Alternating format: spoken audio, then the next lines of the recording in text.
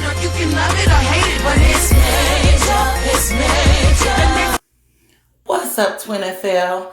It's your Belle, and I'm back with another review of the Real Housewives of Atlanta. Without further ado, we're going to go ahead and get right into this episode because I'm not going to keep you guys long. So this episode started out with Eva. There's not much to say. She's beautiful. She's pregnant. She's due any day now. It looked like we had a labor scare last week, but you see she didn't have the baby. So she's been put on like bed rest by Dr. Jackie just to ensure that she keeps the baby in there a little bit longer. And it is noteworthy that once you hit 35, most OBGYNs will consider your pregnancy a quote unquote high risk pregnancy. So next, there's Cynthia and Mike. And of course, Cynthia is feeling a little bit insecure about her man being friends with so many women. So she wants to read this book and see exactly what's going on and the situations where he was unfaithful. Which, you know what, it's not going to do anything but pique her curiosity a little bit more and make her feel worse. If that is her mission to ease her mind, I think she needs to figure out another way.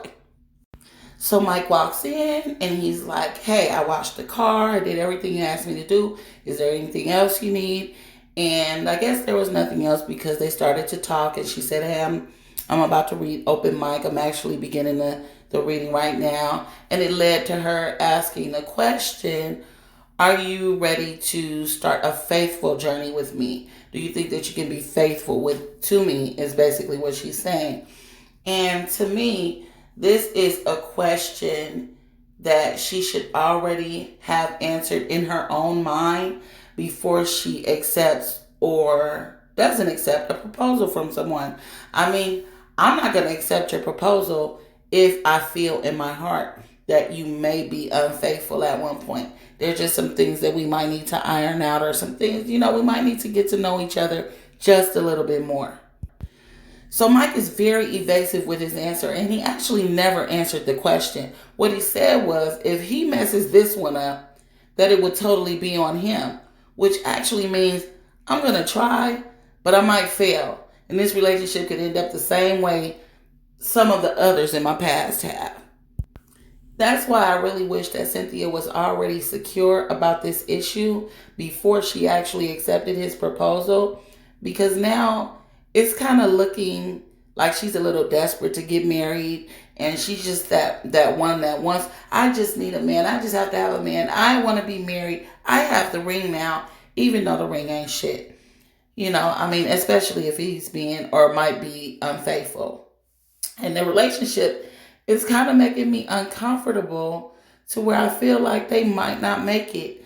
It's sad to say, but I'm rooting for Cynthia. And I really hope that they figure out a way to make this work because they are a lovely couple.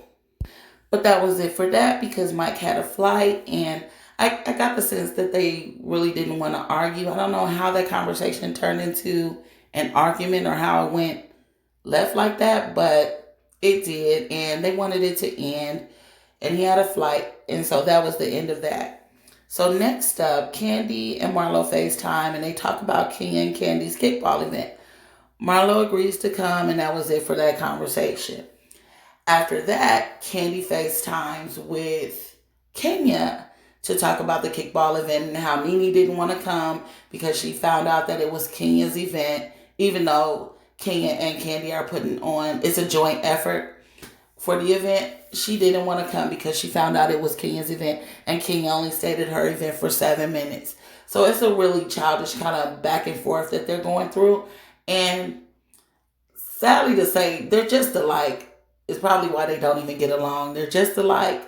They are so much alike, they don't even see it. But that's another story for another day. In the next scene, Nene and Greg sit down and talk, and Nene says that she doesn't feel that the brunch was all that she wanted it to be. And in my heart, I just don't feel like it should have been because she hasn't done enough making up where she's messed up, if that makes sense to you guys. She's the only one who's had a falling out with every single person on the whole cast. I mean, Sheree, Kim, Kandi, Phaedra, Portia, and Kenya. And it's not because she's the queen bee and they're coming for her. It's just because she was being just a bee. Period. She was just being a bee. And that's it. Not a queen bee, a bee. And that's it. She's also been in the middle of other dramas, like she was between Sheree and Kim and all of that mess with the wig pull situation a while back. And if my memory serves me correctly, she was also between Candy and Phaedra's fallout. Like she was going to comfort Phaedra, and Phaedra would confide in her, like, I really don't feel like Candy has been as supportive as I would have liked her to, which was not even a big deal until Nene went back to Candy like, oh, well, she says you're not a supportive friend, and what's going on with y'all? Because y'all just don't seem like y'all being the way that y'all usually be.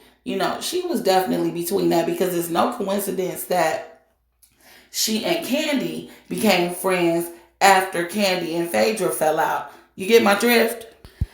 I knew that you would. And now that Nene has basically messed up all these relationships and kind of put some of them back together, she's trying to say that I've extended the olive branch to Kenya several times. And Kenya is basically giving her ass to kiss because you haven't done or said the right thing. And if I was Kenya, I would take that olive branch and beat your ass with it. Period. The bottom line is you don't treat me bad or do me wrong, then tell me how mad to get or how long to stay mad. If I want to be mad for the rest of my life and I don't want to deal with you at all, I don't have to. And that's the bottom line. I mean, if you want to be my friend, it's simple. Don't do anything to hurt me. Don't do things that are wrong without acknowledging it and apologizing. But I could go on and on about that. So we're just going to move on. Next up was the scene for the kickball game. I really thought the kickball game sounded like a fun idea. And even though Nene didn't show up, the other ladies did, including Marlo. So it looks like it was a really great turnout. They divided the ladies in teams, and Portia was the last to get picked. And all I want to say is this, and I'm not fat shaming nobody, but Portia, please back away from the hot dogs, okay? Please back away from the hot dogs. You are super thick, and you don't want that to turn into fat. But anyways, they played a little kickball, and Team Twirl won against Candy's Hurricanes, 10-3. And I know Candy hated that because she is super competitive. If you've ever seen Candy in past episodes where they had to compete, she is super competitive. So they ended up having a little talk at the end of the game where they had a group hug. And Portia says, or they discussed that they're going to Greece. Candy and Kenya announced that they're going to Greece. And Portia threw a little shade like, yeah, I'm going to need Candy's invite so that we all can be invited.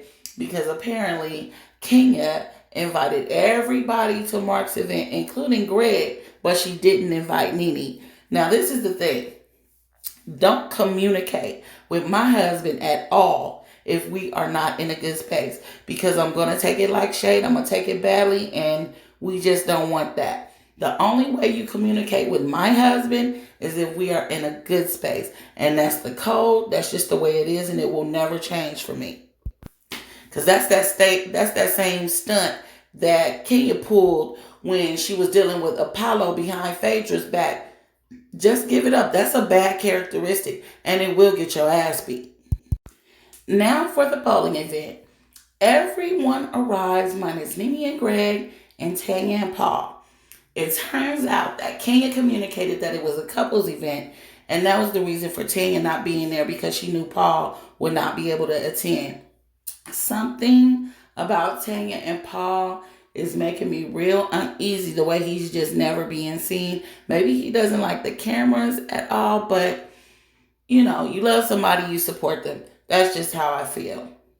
So the other ladies have a little powwow about how Kenya is very different with her husband than we've seen her be, with other people. And this is another relationship that makes me uncomfortable to watch. But the truth is that I think that most women are different with their husband than they are with their friends.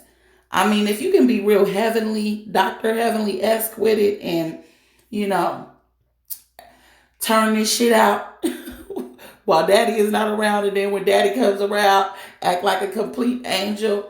That's different, I think, than what Kenya is doing. Because what Kenya is doing reminds me of the relationship between Portia and Cordell, where she was very controlled. She didn't look happy. He was always he didn't respect her opinion, and he didn't really love her. It just they were not very partner like, if I may. So yeah, I did say that their relationship makes me a little uncomfortable, but it's just because it seems like he's just a slightly disrespectful, and he's too quick to jump on the side of the opposition. You know, where you're supposed to support me, why are you over there supporting them? And that's just a little weird to me, but every chance that Kenya gets, she likes to kind of treat Portia like she's dumb. If they're not in a good space, she goes to a space of calling or treating Portia like she's dumb, but their lives are looking very similar. So stupid is as stupid does. Trust me. But Nene shows up and tries to do the phony thing with Kenya, and Kenya wasn't having it. And I'm with Kenya on that. She gave back the same energy that Nene has given in the past.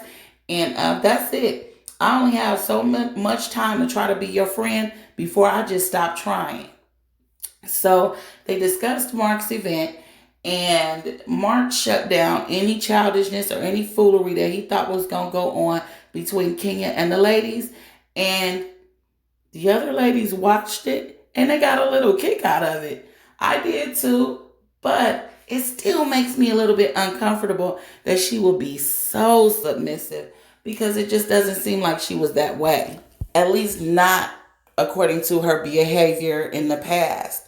So that's pretty much it.